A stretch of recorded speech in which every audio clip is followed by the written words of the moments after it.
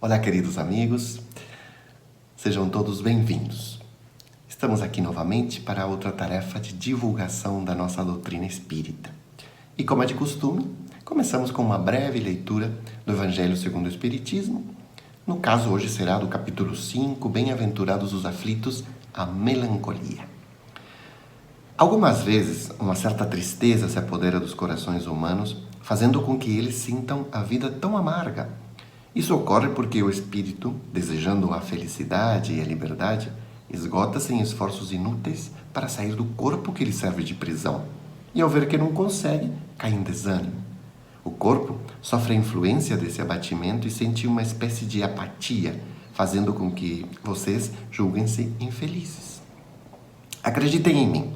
Resistam com energia a essas impressões que enfraquecem a vontade. O desejo de uma vida melhor é próprio de todos os espíritos e de todos os homens. Mas não a procurem na terra. Nesses momentos em que Deus envia os seus espíritos para instruí-los sobre a felicidade que está reservada para o futuro, esperem com paciência os amigos espirituais. Eles vão ajudá-los a romper os laços que os mantêm presos ao corpo físico, quando chegar o momento certo. Lembrem que todos têm uma missão a cumprir durante sua passagem pela Terra, seja na dedicação à família, seja no cumprimento dos diversos deveres que Deus lhe confiou. Se no decorrer dessa prova, quando estivessem desempenhando suas tarefas, sentirem os efeitos das preocupações, dos deveres e dos aborrecimentos pesando sobre seus ombros, sejam fortes e corajosos para poder suportá-los. Enfrentem as dificuldades com coragem, pois elas serão de curta duração. Irão conduzi-los para perto dos amigos que já desencarnaram e que se alegrarão em recebê-los. Eles estenderão seus braços para levá-los a um lugar onde as aflições da terra já não mais existem.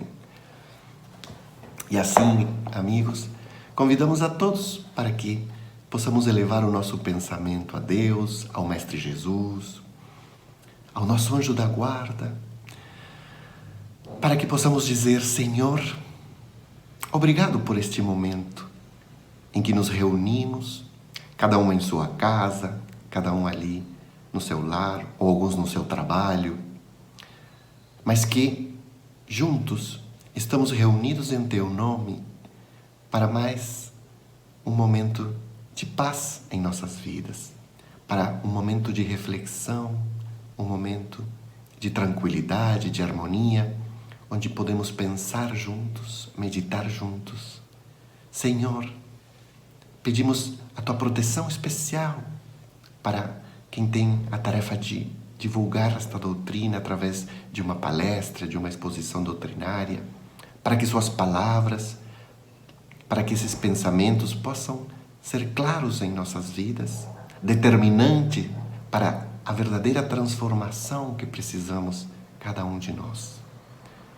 Que esta luz, que esta paz que sentimos neste momento permaneça durante todo este trabalho e que ao fim dele possamos estar um pouquinho melhores.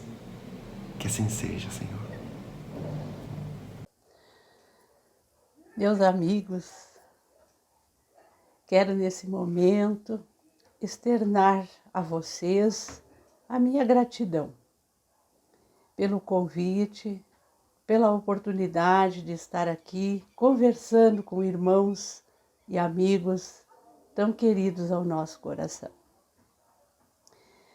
Essa nossa fala, ela traz os elementos daquilo que tem sido a nossa vivência diária ao longo de muitos anos, que é estudar e compreender o processo de unificação do nosso movimento espírita e como promover a união entre almas diferentes, com sonhos, ideais e aspirações, que têm nascente nas suas histórias de vida, nas suas experiências, enfim. Temos uma gratidão imensa porque a rede do movimento espírita, lançada sobre a humanidade, nos recolheu. e nos fez apreciarmos esse trabalho coletivo que nos auxilia a desenvolver elementos educativos de profundidade, superando as nossas dificuldades, fazendo com que avaliemos os nossos inumeráveis equívocos e possamos construir virtudes que sejam salutares primeiramente para nós e depois para com aqueles que convivem conosco. O Espiritismo é verdadeiramente o consolador prometido por Jesus. Essa doutrina que nos ensina a pensar, que nos promove o sentimento e que nos estimula a ação caritativa de acordo com esses princípios que nós vamos aprendendo, conhecendo. Allan Kardec, quando editou o Livro dos Espíritos em 1857, ele já coloca na sua introdução, lá no item 4, todos os princípios desta magnífica doutrina. Então, nós espíritas, nós temos um compromisso com o estudo desses princípios. Nós precisamos construir o conhecimento para que os nossos pensamentos, os nossos sentimentos e as nossas ações se compatibilizem com estes princípios.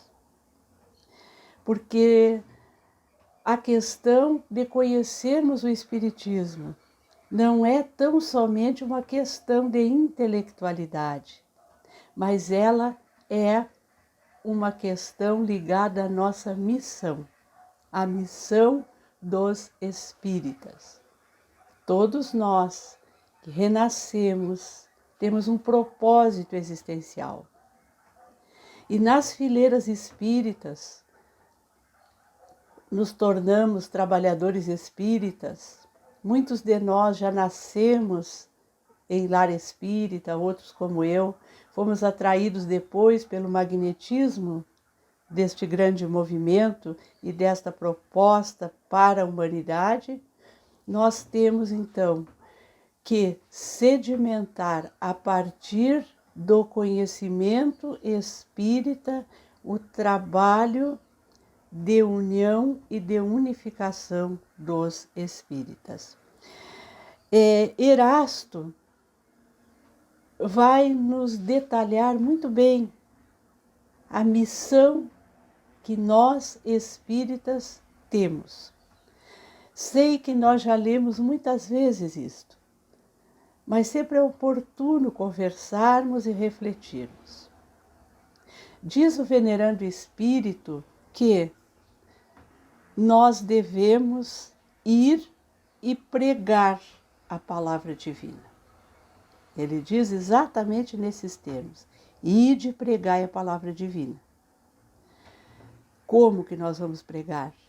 Ele também orienta: pregareis o desinteresse aos avaros, a abstinência aos dissolutos, a mansidão aos tiranos domésticos como aos déspotas. Vejam que ele está nos propondo uma tarefa de antagonistas ao vício. Ou seja, não é uma tarefa fácil. É como se nós olhássemos uma grande onda vindo na nossa direção e tivéssemos que ter musculatura, coragem, força, fé suficiente para vencê-la. Então, só este primeiro parágrafo desta lição, Missão dos Espíritas, que está lá em o Evangelho segundo o Espiritismo, no capítulo 20, já nos dá a dimensão do esforço meritório que é cumprir a missão dos espíritas. Porque vejam bem, pregar o desinteresse aos avaros. A gente sabe o que é um avarento? Talvez alguns de nós, ou muitos, já tenhamos convivido com um, para quem os bens materiais, o dinheiro, é o único valor, capaz de se sobrepor até mesmo ao valor da vida. E a essas pessoas que nós precisamos pregar o desinteresse. E o pregar aqui não é apenas a fala, é muito mais o exemplo.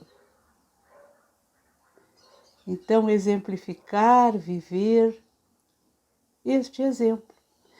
Eu vou propor a vocês um exercício prático disso. Quantos de nós já trabalhamos no serviço público ou ainda trabalhamos?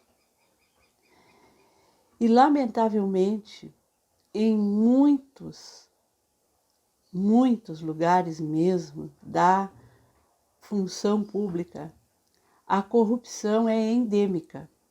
A corrupção é uma normose, é uma patologia da normalidade.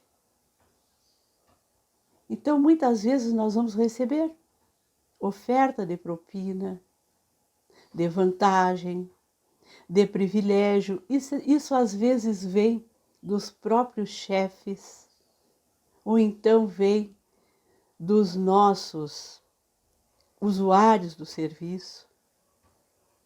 E às vezes são coisas simples. É tirar um processo da fila, é fechar os olhos para alguma impropriedade, para alguma ilegalidade em algum processo seletivo, em algum processo licitatório, muito comum isto. Este é o momento em que nós temos que pregar o desinteresse aos avaros e dizer: não, eu não faço isso. Porque os valores materiais, para mim, não podem e não vêm antes dos valores morais. É um esforço? É. A força que se tem que fazer vai depender da convicção daquele que tem que fazer esse esforço. Para alguns, isso já está sedimentado. Para outros, ainda em construção. Para outros, ainda muito no início. Mas todos nós, ao tomarmos contato com os princípios espíritas, ao sabermos que existe uma lei magna que rege o universo e que essa lei é justa, é misericordiosa, é boa, mas é justa, que a alma sobrevive, que existe uma lei de causa e efeito, que nos trará esperanças e consolações, ou que nos responsabilizará pelos nossos equívocos, não há como, diante dos avaros, não pregarmos o desinteresse. E Erasto também diz que nós devemos pregar a abstinência aos dissolutos. Aqui é uma questão do abuso em todos os campos. A abstinência da sensualidade, a abstinência de todos os vícios. Dos mais simples, o álcool, o fumo, aqueles mais graves, a maledicência, o adultério em todas as suas formas. A vida do espírita precisa se pautar por esta abstinência. Nós precisamos fazer uso de tudo aquilo que a providência divina nos disponibilizou para progredirmos. Mas o abuso não. O abuso vai nos comprometer seriamente frente aos desígnios da lei divina. Então, abstinência nos vícios. O nosso exemplo, estamos em algum lugar, existe uma roda de pessoas falando mal das autoridades constituídas, falando mal do presidente do Centro Espírita, falando mal dos vizinhos, falando mal, enfim, abstinência. Se nos perguntarem, procuremos trazer uma conversação edificante, chamar-nos atenção para outro ponto, ou, em último caso, quando não pudermos vencer a onda, nos retiremos para não nos comprometermos. O álcool, mas eu bebo socialmente. A própria medicina já diz hoje, os pesquisadores, que não existe beber socialmente. Qualquer gota de álcool é nociva. É nociva ao organismo físico e nós espíritas sabemos que ela é nociva ao perispírito, porque a desencarnação não nos priva do condicionamento, da dependência aos alcoólicos. Morremos e renascemos com graves problemas respiratórios em decorrência do abuso, do uso do fumo, da nicotina, dos elementos do cigarro. Então, o nosso exemplo, buscarmos nos subtrair a esses imperativos, porque isto é pregar a palavra divina. A palavra divina é aquela que nos conduz à felicidade. E nós verificamos o quanto de infelicidade a perversão, os vícios, a violência tem causado no mundo tanto sofrimento.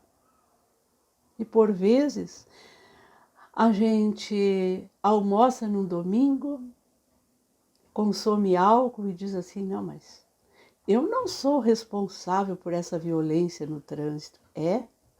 Por que as empresas que vendem álcool, elas continuam se mantendo, tendo lucros extraordinários e nutrindo aqueles que bebem e matam pessoas e desrespeitam pessoas? Precisamos pensar que homem nenhum é uma ilha, como diz o poeta. Nós somos um elo na cadeia universal e tudo aquilo que a gente faz alimenta ações. Então essa é a pregação que está na missão dos espíritas. A mansidão aos tiranos domésticos como aos déspotas. Mansidão. Eis um desafio dos nossos tempos. Como nós estamos odiando, como nós estamos raivosos, como nós estamos agressivos. Há um livro do professor Cícero Marcos Teixeira, ao qual o nosso querido Vinícius Lousada fez uma bela de uma live há poucos dias, e que está à disposição lá no canal Educação e Espiritualidade. E ele falava sobre os conceitos trazidos nesta obra, psicosfera. O que é a psicosfera, senão a emanação daquilo que eu penso, daquilo que eu sinto, daquilo que eu falo, daquilo que eu faço. Eu crio ao redor de mim uma atmosfera peculiar. E essa atmosfera, ela vai servir como alguma coisa que imanta, tranquiliza, faz bem às pessoas ou que repele, que afasta, que faz mal àqueles que convivem comigo. Mas isso não é tudo.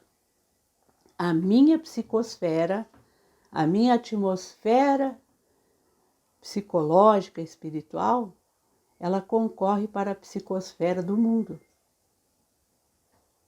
Então, são abençoados esses momentos de pandemia, de recolhimento, em que nós estamos vendo uma quantidade imensa de lives falando de espiritismo, de palestras falando do espiritismo, das irradiações online. Daqui a pouco estaremos iniciando o atendimento fraterno, chegando a todos os cantos do mundo. Porque são momentos em que nós vamos depurando a atmosfera espiritual do mundo, porque ela está deveras complicada. Eu vou usar um termo que talvez cause impacto, mas eu vou usá-lo. Nós estamos vomitando nas redes sociais absurdos. Muitos companheiros dizem assim: e fulano se diz espírita e fala isto. Não é de causar estranheza, meus amigos. Allan Kardec disse que nós teríamos os espíritas imperfeitos, somos nós. Nós ainda trazemos muitos vestígios de animalidade, de sensualidade. Nós ainda temos raízes profundas de egoísmo, de orgulho. Agora, o que nós não podemos conceber em nós, não nos outros, porque cada um é responsável pelo seu caminho, é nos rendermos a isso, é nos deixarmos provocar por isso. A gente vê alguma coisa que não gosta, vai lá e derrama nos comentários algo que é muito triste de ler. Nós estamos falando, a boca está falando daquilo que está cheio o coração. Então atentemos para o que nós estamos dizendo, porque a nossa missão é pregar a palavra divina. E qualquer frase, qualquer ato, qualquer pensamento é a pregação. Porque isso vai se imantando na atmosfera do mundo. Não há somente uma poluição material que afeta a nossa humanidade, nosso planeta Terra. Existe uma poluição espiritual. E é por isso que nós espíritas carregamos o compromisso com essa missão de pregar a palavra divina. Então, os déspotas domésticos, os tiranos domésticos, estão entre nós. Muitas vezes somos nós. Temos famílias separadas por diferenças de opiniões. Ainda há poucos dias assisti a uma minissérie histórica, a época em que aqueles que tinham uma crença diferente da crença do rei eram obrigados a abandoná-la, sob pena de irem para a prisão, de serem executados. Era a época do despotismo, do absolutismo. E quantos dos absolutistas, dos déspotas, estão renascidos hoje, querendo impor as suas crenças a ferro e fogo àqueles que pensam diferentes. E olha que nós estamos recolhidos na grande rede do Espiritismo, porque precisamos disto. Precisamos compreender que o ser humano tem uma trajetória evolutiva, que nós nos alternamos de papéis ao longo das vidas sucessivas, que estamos todos fadados à perfeição relativa, que somos filhos do mesmo Pai, que a vida não se encerra no túmulo, não começa no berço. Esses princípios têm que fazer eco nas nossas vivências. Ou então, ingressamos na vida com os resquícios do absolutismo, do despotismo e sairemos dela assim, desperdiçando, quiçá, mais uma existência, tendo que recomeçar outra vez, porque a lei divina é de misericórdia, é de perdão, é de justiça. Mas, se quisermos ser felizes mais cedo, porque a felicidade não é um privilégio, uma conquista, devemos pregar a palavra divina. Diz mais Erasto: sim, todos vós, homens de boa fé, que acreditais na vossa inferioridade, em face dos mundos disseminados pelo infinito, lançai-vos em cruzada contra a injustiça e a iniquidade, e de derrubai o culto do bezerro de ouro cada vez mais invasor. E ele encerra com um alento: ide, Deus vos conduz. A missão do Espiritismo é destruir o materialismo, esse modo de vida que tem nos infelicitado tanto, que tem feito com que as diferenças que surgem para que cada um possa exercitar aquilo que tem e colocar ao serviço do próximo, tem servido como distanciamento, como mote de perseguição, como mote de guerras. Nós temos cultuado tanto o bezerro de ouro que as nossas posturas engendraram um adversário invisível que nós não conhecemos, que nós não vemos, mas que está à espreita em todo lugar. E isto tem nos obrigado a nos unirmos, a pensarmos uns nos outros, a pararmos de guerrear dentro de casa, na rua, entre os países.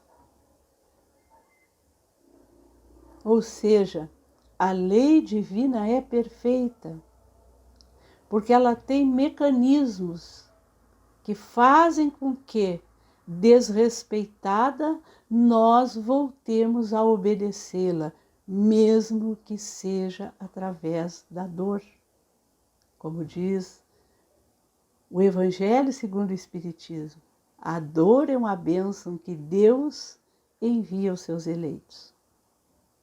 Na verdade, a dor é uma construção que nós, os eleitos de Deus, engendramos para a nossa própria retificação.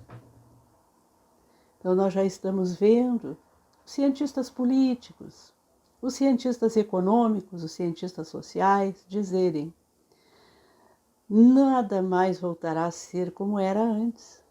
Nós precisamos de uma humanidade regenerada.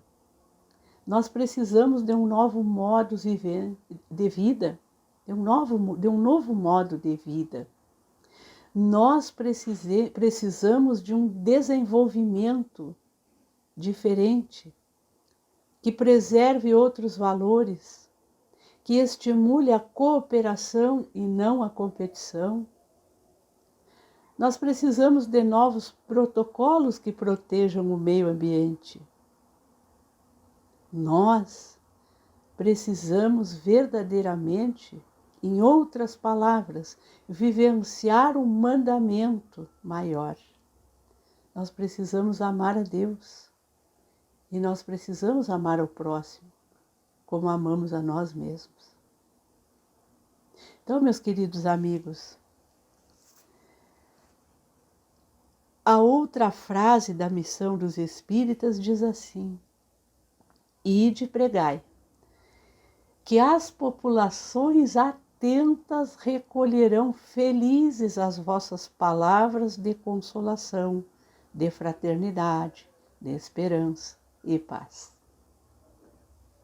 Há muitos corações sequiosos por estes momentos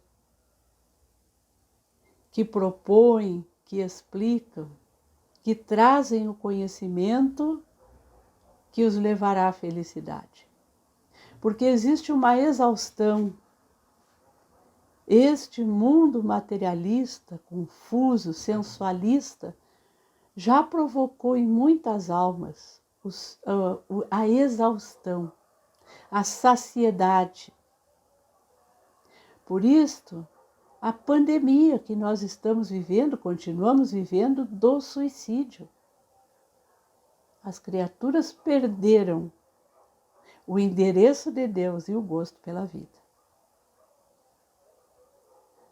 Porque não lhes parece mais ter significado esta vida. Aqueles que não se aliam ao mundo materialista, que não estabelecem adequação com esses parâmetros, sentem-se excluídos. Qual é a proposta que nós temos muitas vezes para os nossos jovens hoje? Principalmente aquelas famílias com mais recursos. Você tem que estudar, estudar, estudar, fazer um vestibular, passar no vestibular para uma universidade que te dê dinheiro. E depois de passar nesse vestibular e concluir esta universidade, você tem que estudar, estudar, estudar, fazer mestrado, fazer doutorado, e você tem que ser o melhor. Às vezes a criatura não quer isso. Quando ela tem uma estrutura emocional, espiritual, já forjada nas lutas pretéritas, ela vai fazer o seu caminho independente daquilo que a família, os pais, os outros, a sociedade quer para ela. Mas e quando ela não tem? Começa a se sentir alguém que não atende às expectativas de ninguém. Começa a se sentir um estorvo para os outros. Isso causa dor. E o suicídio é uma forma de fugir da dor, não é da vida, é da dor. Então há muitas almas que estão sequiosas de ouvir: ei, você é filho de Deus, você tem o seu caminho, você tem uma alma amiga que vela por você, conversa com ela. Ela está sempre próxima. Ela te ouve, mentalmente te responde. Sai para a rua. Hoje não dá, mas olha da janela. Vê o sol, sinta a chuva, a brisa no rosto. O brilho das árvores, o trinar dos pássaros, que voltaram para muitos lugares onde não iam mais, em função do silêncio dos homens. Ei, você é imortal. Você tem uma alma que já caminha há séculos. Você já enfrentou tantas lutas. Esta é só mais uma. Tudo é transitório. Tem saudade de algum afeto? Haverá o reencontro, porque ele também vive. Ah, você quer o bem-estar? Faça o bem, faça a caridade, vá em busca do infortúnio, velado, oculto ou ostensivo. Quantas almas estão precisando ouvir isto e observar aqueles que fazem isto? Não existem ouvidos, corações atentos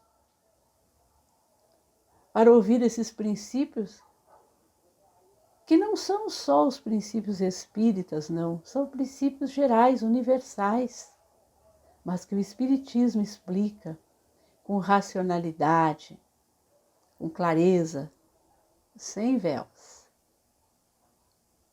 E por fim, meus queridos amigos, Erasto nos diz: ide, pois, e levai a palavra divina aos grandes que a desprezarão, aos eruditos que exigirão provas, aos pequenos e simples que a aceitarão.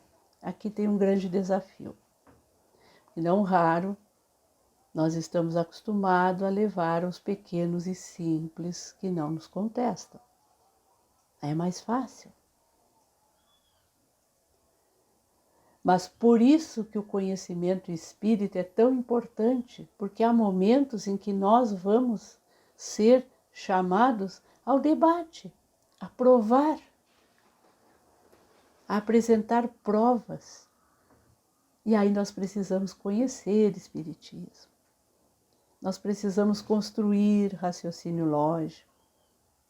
Nós precisamos indicar bibliografias.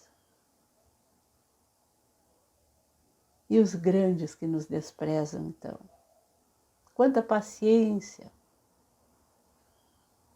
quanta força no coração, quanta resignação às vezes nós precisamos ter para estarmos em contato com estas almas. Lembro do general inglês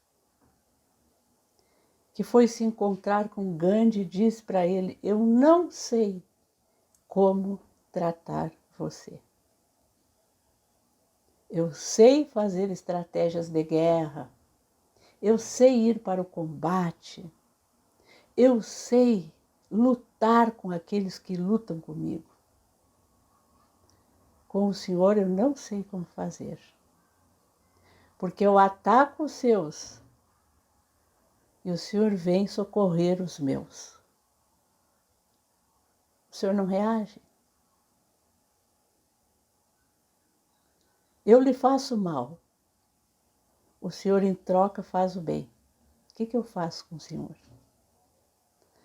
Então, às vezes, nós também precisamos lembrar que nós somos discípulos de um mestre que foi para a cruz. Em alguns momentos nós precisamos aprender a silenciar, meus amigos, a usar a força da oração, a acender a luz da prece. Porque desta forma, muitas vezes nós dobramos um coração tirano, que não é na proposta do imediatismo, mas é ao longo do tempo. Então, amigos queridos, foi bom conversar sobre a mensagem dos espíritas, porque é um momento tão propício para todos nós vivenciarmos, vivermos, cumprirmos a nossa missão. O que é necessário para isso? Erasto também nos diz, porque ele diz que é chegada a hora em que deveis sacrificar à propagação do Espiritismo os vossos hábitos, os vossos trabalhos, as vossas ocupações fúteis. Então é momento de priorizarmos a propagação do Espiritismo. E vejam que os Espíritos não estão nos pedindo que abramos mão daquilo que é essencial. Eles estão dizendo que nós precisamos abrir mão das futilidades. E aí é muito bom nós relermos o livro dos Espíritos para, lá na lei do trabalho, percebermos o que é acessório e o que é essencial. As futilidades. Quanto tempo nós temos desperdiçado em futilidades? Hoje que nós estamos reclusos aos nossos lares, a maioria de nós percebemos isso. Quanta coisa nós temos e perguntamos para quê?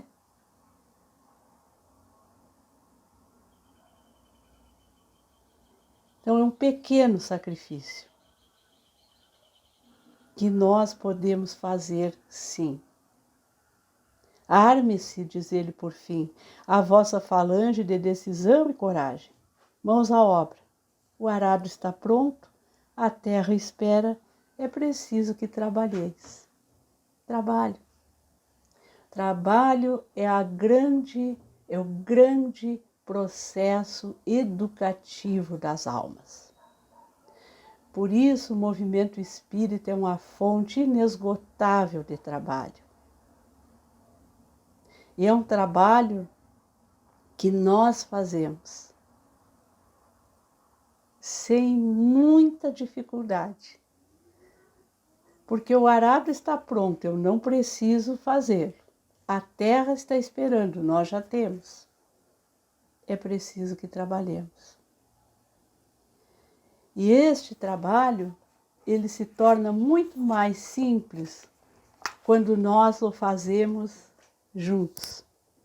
Por isso a unificação é tão importante. Nós temos o mesmo objetivo, a mesma missão. Caminhemos juntos.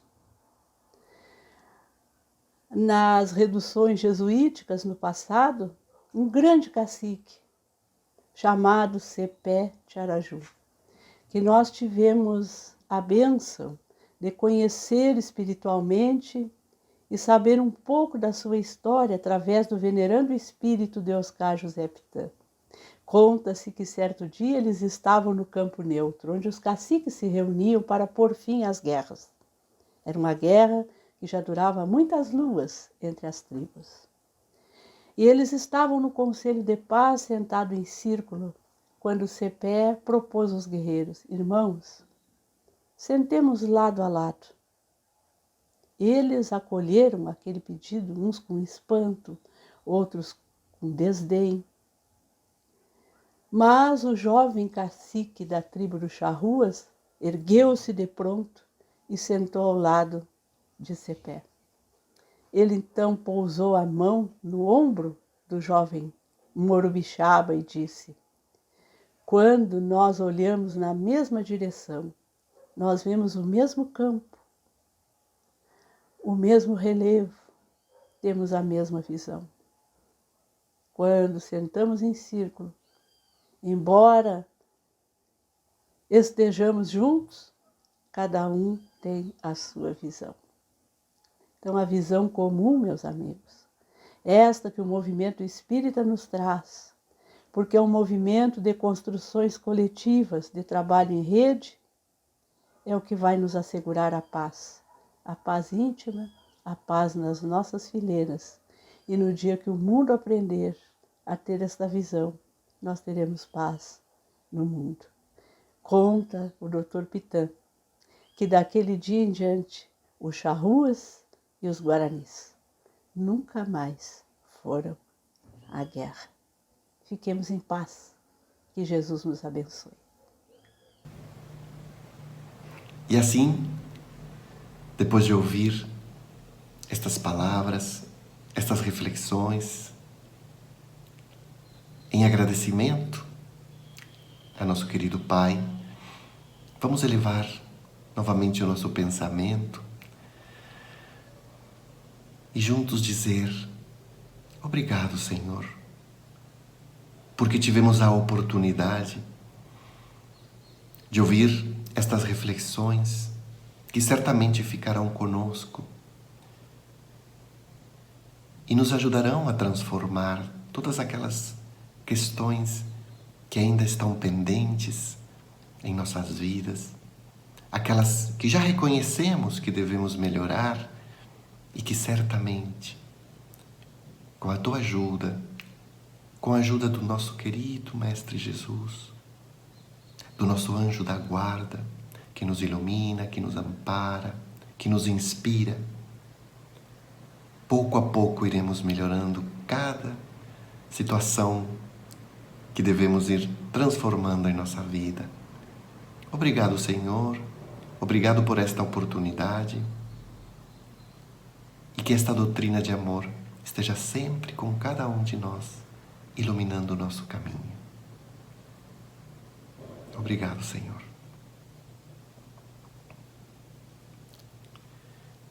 E assim, agradecemos a presença de todos vocês e será até uma próxima oportunidade.